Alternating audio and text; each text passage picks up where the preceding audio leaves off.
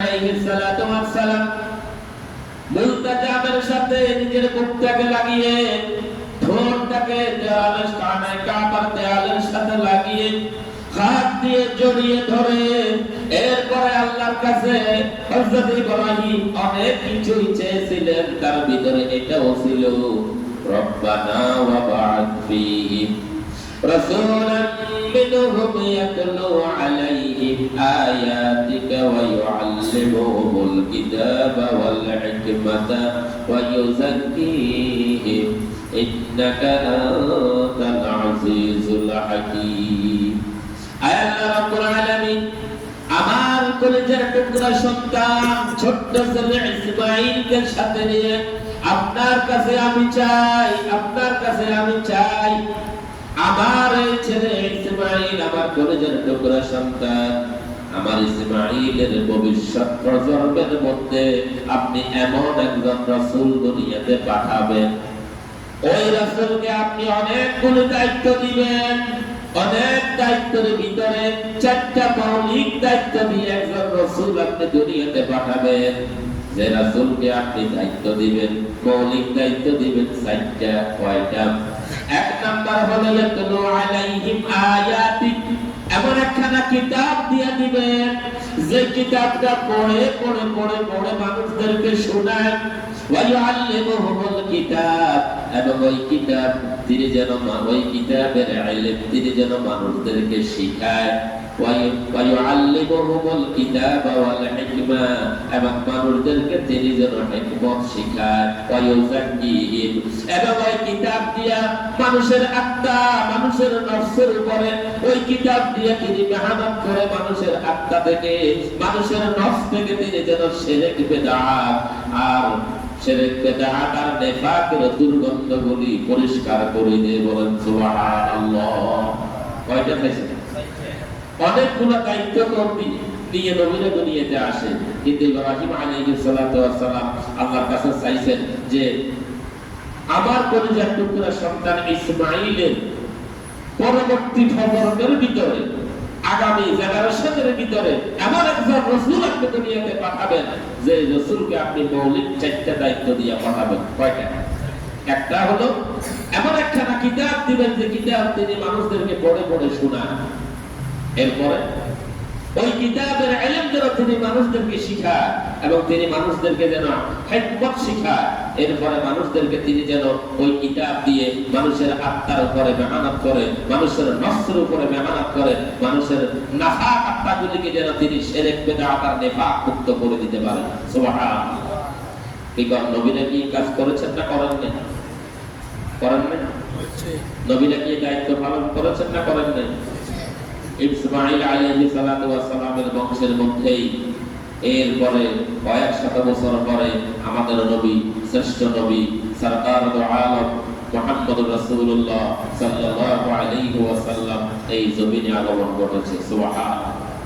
দোয়া করেছেন, আর আল্লাহ রাব্বুল আলামিন সাথে সাথে বলেন, খলিল আপনার দোয়া মঞ্জুর হয়ে গেছে। সুবহানাল্লাহ। আপনার দোয়া কবুল। কবুল হয়েছে না? শ্রেষ্ঠ নবী পাঠালেন। সুবহানাল্লাহ। তাইলে মৌলিক দায়িত্ব কয়টা দিতে চাইছেন? আমার ভাইয়েরা, আমার বাবাজিরা, একজন নবী দুনিয়াতে আসার পরে শুধুমাত্র চারটা কাজ নয়, আরো অনেকগুলি কাজ করেন। মৌলিক কাজ করেন দাইয়ান ইলাল্লাহ, নবীরা মানুষদেরকে আল্লাহর দিকে আহ্বান করে। কোন দিকে? আল্লাহর দিকে ডাকে। নবীরা হচ্ছেন বাশীর নাযীর, বাশীর নাযীর। নবীরা হচ্ছে জান্নাতের সুসংবাদদাতা আর জাহান্নামের ভীতি প্রদর্শনকারী। আমার ভাইরা, আমার বাবাজিরা, বলেন তো আমার নবী, আপনাদের নবী মুহাম্মদুর রাসূলুল্লাহ সাল্লাল্লাহু আলাইহি ওয়াসাল্লাম যতদিন মদিনায় ছিলেন, মৃত্যুর আগ পর্যন্ত, বলেন মসজিদে নববীতে ইমামতির কাজটা কে করেছে? মসজিদে নববীতে ইমামতি কে করছে? নবী মুহাম্মদুর রাসূলুল্লাহ। সকলে বলেন সাল্লাল্লাহু আলাইহি ওয়াসাল্লাম। মসজিদে নববীতে জুমার নামাজের খুতবা কে দিয়েছেন? ঈদের জামাতের খুতবা কে দিয়েছেন? আমাদের নবী মুহাম্মদ রাসূলুল্লাহ সাল্লাল্লাহু আলাইহি ওয়াসাল্লাম তো দিয়েছেন। এগুলা নবীদের কাজ। এগুলা কার কাজ? আমরা যে কাজগুলো, এগুলা নবীদের কাজ। কার কাজ? এগুলা নবী করছে না। আমার ভাইয়েরা, আমার বাবাদেরা, জিহাদের ময়দানে যোদ্ধা হয়ে আল্লাহর নবী ভূমিকা রেখেছেন। জিহাদের ময়দানে তিনি যুদ্ধ করেছেন। এটাও নবীদের কাজ। এটা নবীওয়ালা কাজ। কার কাজ? নবীদের কাজ। আমার ভাইরা, আমার বাবাজিরা, এরকম অনেক কাজ নবীরা করেছেন। সুবহানাল্লাহ। কিন্তু আমার ভাইরা, হাদিস শরীফের ভিতরে এরকম একটা হাদিসও নাই, একটা হাদিস নাই যে আমার নবী বলেছেন ইন্নাদ দাঈ ওয়ারাসাতুল আম্বিয়া। এরকম কোন হাদিস নবীজি বলেন নাই যে যারা আল্লাহর দিকে মানুষদেরকে ডাকে তারা নবীর ওয়ারিস। নবী কাজ করছেন। আজকের পৃথিবীতে যারা দাওয়াতের কাজ করে এটা নবীওয়ালা কাজ। কিন্তু হাদিস শরীফের ভিতরে এরকম কোনো হাদিস নেই যে এই কাজটা যারা করে তারা নবীর ওয়ারিস। এরকম কোনো হাদিস নেই। আমাদের নবী মসজিদে নববীতে ইমামতি করেছেন, আমরাও ইমামতি করি, কিন্তু এরকম একটা হাদিস নাই ইন্নাল আইম্মা ওয়ারাসাতুল আম্বিয়া। যারা ইমামতি করে, যারা ইমাম, তারা নবীদের ওয়ারিস। এরকম একটা হাদিস নাই। ইন্নাল খুতাবা ওয়ারাসাতুল আম্বিয়া। যারা মসজিদে খুতবা দেয়, যারা ঈদের জামাতে খুতবা দেয়, এরা নবীদের ওয়ারিস। এরকম একটা হাদিসও নাই। ইন্নাল মুজাহিদিন ওয়ারাসাতুল আম্বিয়া। যারা জিহাদের ময়দানে অংশ নেয় তারা নবীদের ওয়ারিস। এরকম একটা হাদিসও নাই। হাদিসটা কি? হাদিস হচ্ছে ইন্নাল উলামা ওয়ারাসাতুল আম্বিয়া। ইন্নাল উলামা ওয়ারাসাতুল আম্বিয়া। নিশ্চয়ই যারা আলেম, যাদের কাছে কোরআন হাদিসের জ্ঞান আছে, তারাই হচ্ছে নবীদের ওয়ারিস। সুবহানাল্লাহ। ইব্রাহিম আলাইহিস সালাতু ওয়াস সালাম আর হাজার হাজার আমাদের নবীর কয়েকশো বছর আগে আল্লাহর কাছে চেয়েছেন এমন একজন নবী দিবেন, এমন একখানা কিতাব দিবেন যে কিতাব তারা শুধুমাত্র তেলাওয়াত করবেন। কি করবেন? তারা তেলাওয়াত করবেন। ওই কিতাব তারা শিখবে, তারা কিতাবের ইলম অর্জন করবে, তারা সুন্নাতের আমল করবে, তারা তাসকিয়াতুন নাফস আত্মশুদ্ধির কাজ করবে। আমাদের নবী ইব্রাহিম আলাইহিস সালাতু ওয়াস সালাম আমাদের মুসলিম জাতির পিতা, হাজার হাজার বছর আগে দোয়া করেছেন, আল্লাহ রাব্বুল আলামিন খুশি হয়ে আমাদেরকে শ্রেষ্ঠ নবী দিয়েছেন, শ্রেষ্ঠ কিতাব দিয়েছেন। কিন্তু দুঃখের বিষয় হলো, পরিতাপের বিষয় হলো, ওই চারটা কাজের একটা কাজও এখন আমাদের ভিতরে নাই। এই কথাটা বলার জন্য এতগুলা কথা বলছি। এখন এই চারটা কাজ যে কিতাব খরা দিবেন, ওই কিতাব যেন তারা তেলাওয়াত করে। কি করে?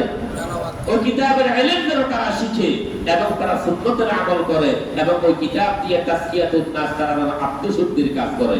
এই কাজগুলো কি এখন আমাদের ভিতরে আছে?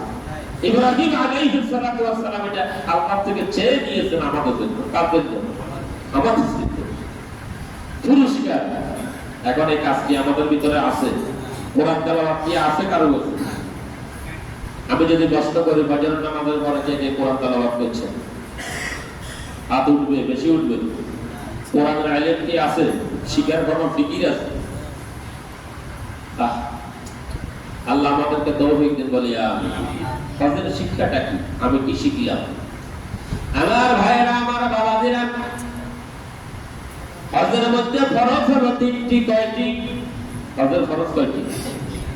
এক নম্বরে হলো ইহরাম পড়া। কি পড়া? ইহরাম পড়া। এরপরে তাওয়াফ করা। কি করা? এরপরে হলো উকুফে আরাফা। আরাফার ময়দানে সেখানে জামাত হওয়া। মোট কয়টা? তিনটা। আমার ভাইরা, আমার বাবাজিরা, ইহরাম করার পর থেকে শুরু করে তাওয়াফ শুরুর আগ পর্যন্ত একজন হাজী সাহেবের মূল কাজ হলো বড় আওয়াজে সে শুধুমাত্র তালবিয়া পাঠ করবে। কি পাঠ করবে? বড় আওয়াজে। কি আওয়াজে? পড়েন ভাই, লাব্বাইক আল্লাহুম্মা লাব্বাইক, লাব্বাইক লা শারীকা লাক লাব্বাইক, ইন্নাল হামদা ওয়ান নি'মাতা লাকা ওয়াল মুলক লা শারীকা লাক।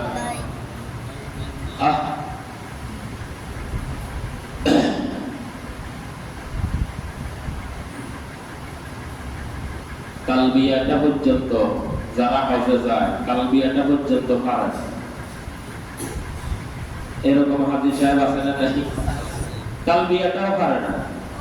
পরের দিন হজে যাইব, আগের দিন আইব হুজুর কালবিয়াটা একটু শিখাই দেন। কিরে ভাই আপনার কালকে পরীক্ষা, রাত্রে আই যদি কোন আমরা অঙ্ক ইংরেজি বইয়ে আপনি পাস করবেন, পরে কথা কন।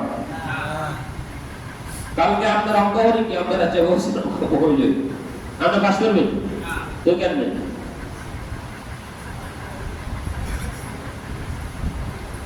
আর সেখানে গেলে আগে মানুষেরা খানায় কাবায় যাইতো। আজ থেকে 15 বছর 20 বছর আগে যারা কাবা শরীফে যাইতো হজ করার জন্য, উমরা করার জন্য, সেখানে গেলে মানুষের নজর থাকতো দুইটা জিনিসের উপরে। কয়টা জিনিস? একটা হলো বাইতুল্লাহ আর একটা হলো কিতাবুল্লাহ। একটা হলো বাইতুল্লাহ আর একটা হলো কিতাবুল্লাহ। সেখানে ঢুকলেই মানুষের নজর থাকতে হয়তো বাইতুল্লাহর উপরে নয়তো কিতাবুল্লাহর উপরে, ঠিক কিনা বলেন? আর এখন সেখানে যায়, সেখানে ঘর থেকে বাইরে হওয়ার শহরে কানায় কাবার চত্বরে গেলেও চোখ থাকে মোবাইল দাজ্জালের উপরে। কিসের উপরে বলেন? মোবাইল ও দাজ্জাল। বলেন মোবাইল ও দাজ্জাল, ঠিক কিনা? ঘর থেকে যখন বের হয়, বের হওয়ার আগে সেলফি তুলে পোস্ট করে, আমি হজে যাইতেছি দোয়া করবেন। এই যে শুরু হয়েছে, এরপরে ইহরামের কাপড় পরে সেটাও পোস্ট করে, এরপরে তাওয়াফে যায় সেটা পোস্ট করে, এরপরে কি কি করে সব পোস্ট করে, আছে না নাই? আমার আল্লাহ বলেছেন মান হাজ্জা লিল্লাহ, হজ করো শুধুমাত্র কেবলমাত্র আল্লাহর জন্য। কার জন্য? ওয়া আতিমুল হাজ্জা ওয়াল উমরাতা লিল্লাহ। কার জন্য? লিল্লাহ। কার জন্য বলেছেন? আল্লাহর জন্য। আর আপনি এইভাবে এত সেলফি উঠাই এত পোস্ট করার দরকারটা কি? সেখানে আর লিল্লাহ আসেনি, সেখানে শুধু আল্লাহর জন্য আসেনি। আপনি কার জন্য? সেখানে এখন যারাই যায় এক মোবাইলে দাজ্জাল। মানুষের মূল ইবাদত নজর এখন শুধুমাত্র মোবাইলের দিকে। এখন আর বাইতুল্লাহর দিকেও নজর নাই, এখন কিতাবুল্লাহর দিকেও নজর নাই। এখন নজর কোন দিকে? মোবাইলে দাজ্জাল। ওইটা কি বলে? মোবাইলে দাজ্জাল। এই দাজ্জালের দিকে নজর আছে না নাই? এখন আর কিতাবের দিকেও নজর যায় না। আমার ভাইয়েরা, আমার বাবা ফিরান হাজী সাহেবেরা এরা করে কাবার চত্বরে বাইতুল্লাহর চত্বরে গিয়ে বলে লাব্বাইক আল্লাহুম্মা লাব্বাইক, আল্লাহুম্মা লাব্বাইক, লাব্বাইক আল্লাহ লাব্বাইক, আল্লাহুম্মা লাব্বাইক, লাব্বাইক লা শারীকা লাক লাব্বাইক। কি আবেগের কথা, কি আবেগ! একটু আবেগ দিয়ে বলেন না, লাব্বাইক আল্লাহুম্মা লাব্বাইক, লাব্বাইক লা শারীকা লাক লাব্বাইক। আয় আল্লাহ, আমি তো আপনার বাইতুল্লাহ এসে হাজির হয়ে গেছি। আয় আল্লাহ, আমি তো হাজির হয়ে গেলাম। আয় আল্লাহ, আমি হাজির হয়ে গেলাম। লা শারীকা লাক লাব্বাইক। আল্লাহ, আমার ভিতরে যত শিরকিয়াতের গন্ধ ছিল, যত শিরকের সাথে আমার সম্পর্ক ছিল, আয় আল্লাহ যত শিরক এই দুনিয়াতে আছে সব শিরকিয়াতকে আমি লাঠি মেরে দিয়ে আয় আল্লাহ আমি আপনার সামনে এসে গেলাম। লাব্বাইক আল্লাহুম্মা লাব্বাইক, লাব্বাইক লা শারীকা লাক লাব্বাইক, আল্লাহুম্মা লা শারীকা লাক লাব্বাইক। আয় আল্লাহ, আমার সাথে শিরকিয়াতের সাথে কোনো সম্পর্ক নাই। লা শারীকা লাক লাব্বাইক, লা শারীকা লাক লাব্বাইক। আয় আল্লাহ, আমি আপনার সাথে কাউকে শরীক করি না। সুবহানাল্লাহ। আয় আল্লাহ, আমি এসে গেলাম। লা শারীকা লাক লাব্বাইক। আমি যে আপনার এই পর্যন্ত আসলাম, এটা আপনি ছাড়া তো আমাকে আর কেউ আনার কোনো ক্ষমতা রাখে না, ঠিক কিনা বলেন? লা শারীকা লাক লাব্বাইক। এই কাজ কে করতে পারেন? আল্লাহ। কে করতে পারেন? আল্লাহ। সব লোক কি বাইতুল্লাহ যেতে পারে? কে দেন? এটা আল্লাহ রাব্বুল আলামিনের স্পেশাল মায়া দরদ যার উপরে আছে তিনি তো সেখানে যেতে পারেন, ঠিক কিনা বলেন? লাব্বাইকা আল্লাহুম্মা লাব্বাইক লাব্বাইকা লা শারীকা লাকা লাব্বাইক লা শারীকা লাকা লাব্বাইক। আয় আল্লাহ, আপনি ছাড়া তো এই দুনিয়াতে আমার আর কেউ নাই, এই দুনিয়াতেও কেউ নাই, ওই দুনিয়াতেও কেউ নাই, এই পারেও কেউ নাই, ওই পারেও কেউ নাই, লা শারীকা লাকা লাব্বাইক। আয় আল্লাহ, আমার সুস্থতা লা শারীকা লাকা লাব্বাইক, আপনি ছাড়া তো কেউ আমাকে সুস্থ রাখে না, সুস্থ রাখার ক্ষমতা কারো নাই। আয় আল্লাহ, আমি যে লম্বা হায়াত পেয়েছি, এই হায়াতের পিছনে পুরো অবদানিত আপনার, লা শারীকা লাকা লাব্বাইক। আল্লাহু আকবার। পুরো ক্ষমতা কার? লা শারীকা লাকা লাব্বাইক। আজি সাহেবরা বলে আর কি করে? তাওয়াফ করে। কয়বার কি করে? তাওয়াফ করে। লা শারীকা লাকা লাব্বাইক। আয় আল্লাহ রাব্বুল আলামিন, এই যে আমার চলার ক্ষমতা দিয়েছেন আল্লাহ, লা শারীকা লাকা লাব্বাইক, এটা তো আপনি দিয়েছেন, আপনি ছাড়া তো আর কারো কোনো ক্ষমতা নেই আমাকে চলার ক্ষমতা দিবেন। আয় আল্লাহ রাব্বুল আলামিন, আমি যে জবান দিয়ে কথা বলি এটাও তো আপনি দিয়েছেন, লা শারীকা লাকা লাব্বাইক। আমি যে চোখ দিয়ে দেখি এই দেখার ক্ষমতা আপনি দিয়েছেন, লা শারীকা লাকা লাব্বাইক। আপনি না দিলে দুনিয়াতে কেউ তো দেওয়ার কোনো ক্ষমতা ছিল না, লা শারীকা লাকা লাব্বাইক। আল্লাহু আকবার। কে দিয়েছেন? আল্লাহ হাত দিয়েছেন ধরার জন্য, এই ধরার ক্ষমতা আপনি দিয়েছেন, লা শারীকা লাকা লাব্বাইক। কিন্তু যিনি ধরার ক্ষমতা দিলেন, যিনি দিলেন যে জিনিস আমি ধরবো, ওই ধরার সময় তো মনে রাখার দরকার ছিল, লা শারীকা লাকা লাব্বাইক। আল্লাহু আকবার। ধরার ক্ষমতা দিয়েছেন কে? এখন কি জিনিস ধরবেন, ধরবার সময় তো ওইটা মনে রাখার দরকার ছিল, লা শারীকা লাকা। ধরার সময় তো মনে থাকে না, লা শারীকা লাকা লাব্বাইক। মনে থাকে না? না, ধরার সময় মনে থাকে না।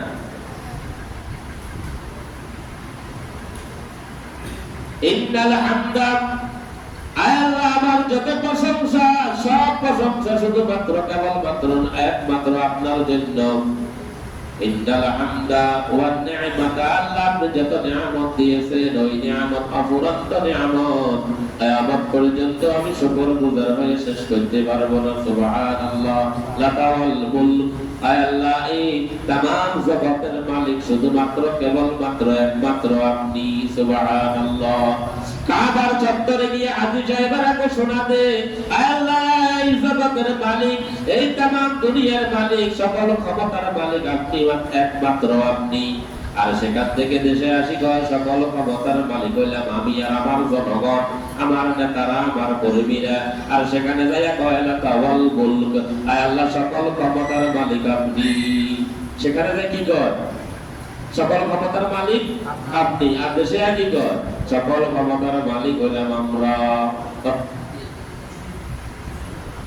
সেখানে যায় সাতবার তাওয়াফ করে আর কাঁদে আর বলে আল্লাহ আমারে ক্ষমা করেন। আমার ভাইরা, আমার বাবাজিরা, জীবনে যদি যেতে পারি দোয়া করবেন, শুধুমাত্র সাতবার তাওয়াফই যেন শেষ না হয়ে যায়, সারাটি জীবন যেন আমরা আল্লাহর পিছনে ঘুরি। সুবহানাল্লাহ।